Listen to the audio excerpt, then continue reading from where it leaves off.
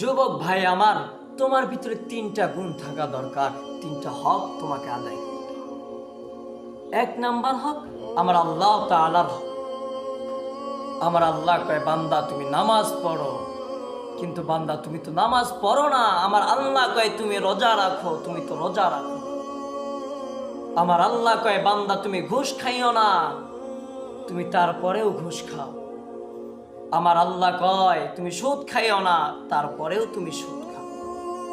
আমার আল্লাহর যে আদেশ নির্দেশগুলো আছে, এটা হচ্ছে আমার আল্লাহর হক। আল্লাহ যেটা আদেশ করেছেন এটা মানাও আল্লাহর হক, আমাদের মানতে হবে।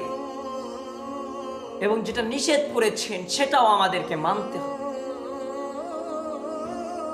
নামাজ পড়তে কইছে নামাজ পড়বো, রোজা রাখতে কইছে রোজা রাখবো, সুদ খাইতে নিষেধ করছে সুদ খাবো না, ঘুষ খাইতে নিষেধ করছে ঘুষ খাবো না।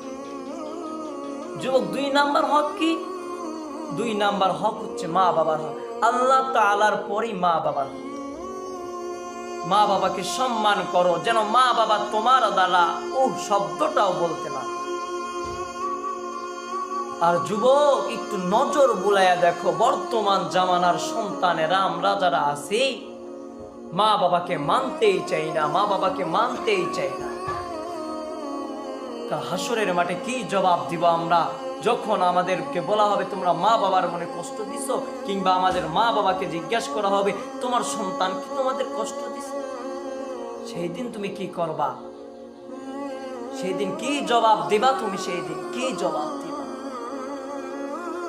অন্তরে ভয় কি লাগে না? আরে যেই মা বাবা আর শব্দ করলে তোমার জান্নাত হারাম হয়ে যায়, সেই মা বাবার মনে কেমনে কষ্ট? যুবক, মা বাবার হক আদায় করতে হবে।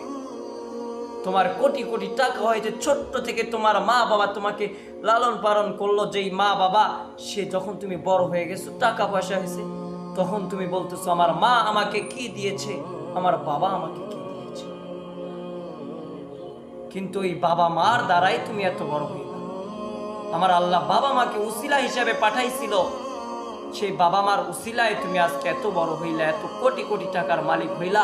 শেষ পর্যন্ত যখন তোমার মা বাবা বৃদ্ধ হয়ে গেল, তখন তুমি তোমার মা বাবাকে বৃদ্ধাশ্রমে রেখে আসতেছ। যুবক, সময় থাকতে মা বাবার সম্মান করো। মা যে কি একজন অমূল্য সম্পদ, বাবা যে কি একজন অমূল্য সম্পদ, সেটা যার নাই সেই বুঝে। তোমার আমার মা আছে, বাপ আছে, আমরা মা বাবার সম্মান বুঝি না, মা বাবার মর্যাদাটা বুঝি। যাই হোক,